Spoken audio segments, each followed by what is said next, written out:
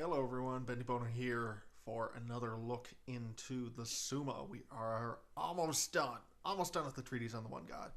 I'm going to move my window over here just a little bit so we don't block any of the text.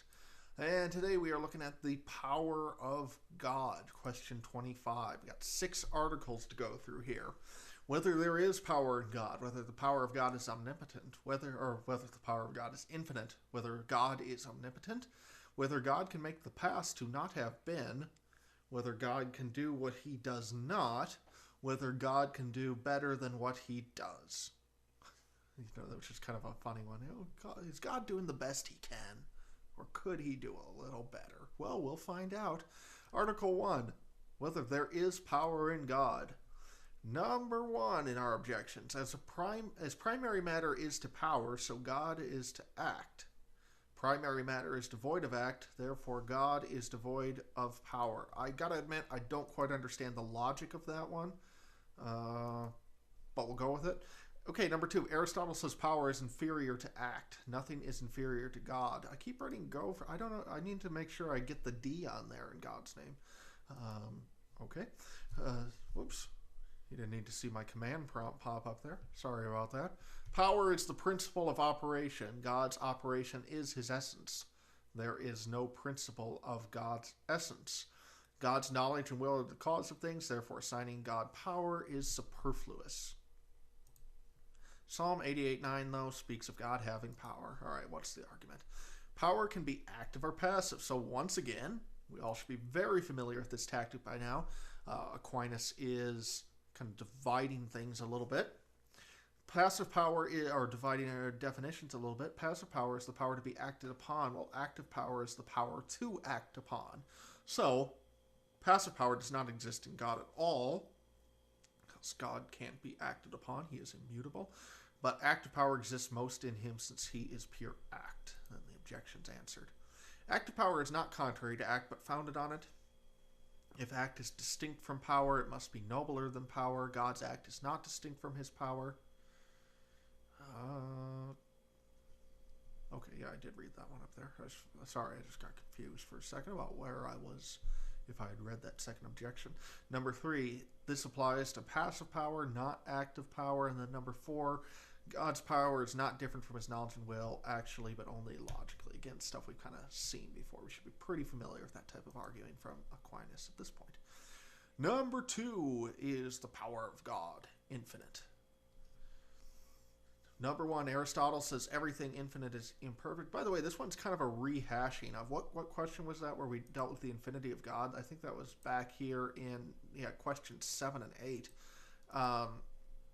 So if you remember that argument, he's basically using the same logic here. So it's, as we've seen before with Aquinas, it might seem a little superfluous that he revisits some of this stuff, but it's really more just making sure that he's taking on the whole of theology. That's what Summa Theologica does. Sum of all theology. So he does sometimes revisit arguments, themes from a slightly different angle. And rather than getting upset, I like to just think it's a little bit easier on all of us who struggle to keep up with his genius. Okay, enough about that. Aristotle says everything infinite is imperfect, therefore God's power is not infinite. Every power is made known by its effect. If God's power was infinite, it would produce an infinite effect, and that can't be. Aristotle says that infinite power would cause instantaneous movement. God's power does not cause instantaneous movement. And Augustine says God's power is immeasurable.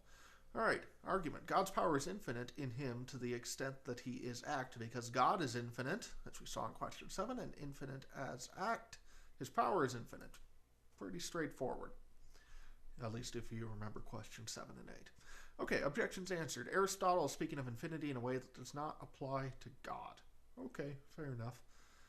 Number 2, God is not a univocal agent, i.e. his effects are always less than him, therefore any effect of his power is less than his power, and that gets us around him having to create an infinite effect. And then number 3, Aristotle is speaking of power existing in a body. God's not corporeal, so that doesn't apply. Okay, but is God omnipotent? Okay, objection. Since God is immutable, he cannot move and is therefore not omnipotent. God can't sin, therefore he's not omnipotent. Again, things we've seen before. The church teaches God's greatest power is to spare and have mercy, but there are powers conceivable beyond that, such as creating the universe, I think is the one Aquinas mentions. Therefore, God is not omnipotent. And then 4, and this is kind of an interesting one, if God were omnipotent, nothing would be impossible. If nothing was impossible, there could not be necessary things, since those things could possibly not exist, and this cannot be. Since by definition necessary things are necessary, therefore God is not omnipotent. Luke 1:37 says nothing is impossible with God. Okay, the argument. It is an obvious truth that God is omnipotent, but it can be difficult to say precisely what this means. I think we've seen that before. And when we say God can do all things, we mean that God can do all things that are possible. This is omnipotence. Again, argument we've seen before. I think we saw that talking about God's will in some of the previous questions. And essentially, I cited the C.S. Lewis quote way back in one of the earlier videos that nonsense is nonsense even when we're talking about God, and that's essentially what Aquinas is saying. Why can't God make a dog into a man? Well, because then it wouldn't be a dog anymore. It would be a man. He could, but it's just mutual contradiction still exists. Logic still exists even when we're talking about God. Okay. Objections answered. Number 1, God is omnipotent regarding his active power, him being moved to belong to his passive power. Remember, active power is the power to act upon, and passive power is the power to be acted upon. Okay. Number 2, to sin is to fall short of an action, which is the opposite of omnipotence. So if God could sin, it would actually be evidence against his omnipotence. Number 3, it is said that mercy and sparing are God's utmost powers because through them God forgives sins. So, the church's teaching it's more from an anthropological perspective. It's not really so much from a measurement of this. It's harder than that. Number 4, God is able to do what is absolutely possible. This qualification allows for the existence of necessary things. So really just essentially citing that same argument. Nonsense is nonsense, even when we're talking about God. Doing away with necessary things would be nonsense. Whether God can make the past to not have been. Now, this sounds like a really interesting article. I'm going to warn you in advance. It's a bit of a cop-out, okay? Objections. I'll explain why when we get to the end of it. What is impossible in itself is more impossible than what is impossible accidentally.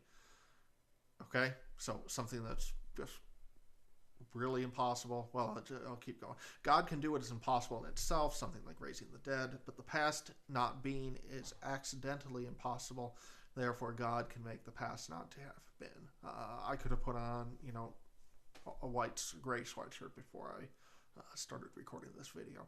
In the past, so that the past is the way it is in terms of me putting on this sweatshirt accidentally. Could have been otherwise. Okay, what God can do, he can do. He could have made the past different, therefore he still can. Charity is more excellent than virginity. This is an odd objection, by the way. God can supply lost charity, therefore he can also supply lost virginity, which would obviously involve changing the past. Jerome says that God cannot make something that is corrupt to not have been corrupted. So there's your argument from authority. Let's get into the argument. Nothing that implies contradiction is part of God's omnipotence. We've already seen that. To make the past to not have been would be to make something that is true false. This is a contradiction. So now you're probably scratching your head saying, well, wait a second. That wasn't what I was asking. Yeah, but that's what Thomas Aquinas was asking. So essentially what this question is saying is God can't make the past different than what it is and still have it be the past. Like I said, it's kind of a cop-out because, of course, God is eternal. So the past is that I put on this green sweatshirt before I started recording this video. I don't think this article is ruling out the possibility that if God wanted to, he could change time, if you will, because God's eternal. He's outside of time. He could change it so that I put on a gray sweatshirt and was now wearing this. But what he couldn't do, what's logically impossible, would be for that to still be the past and then have God change it. So I put on a gray sweatshirt, but yet here I am. Everything else is exactly the same.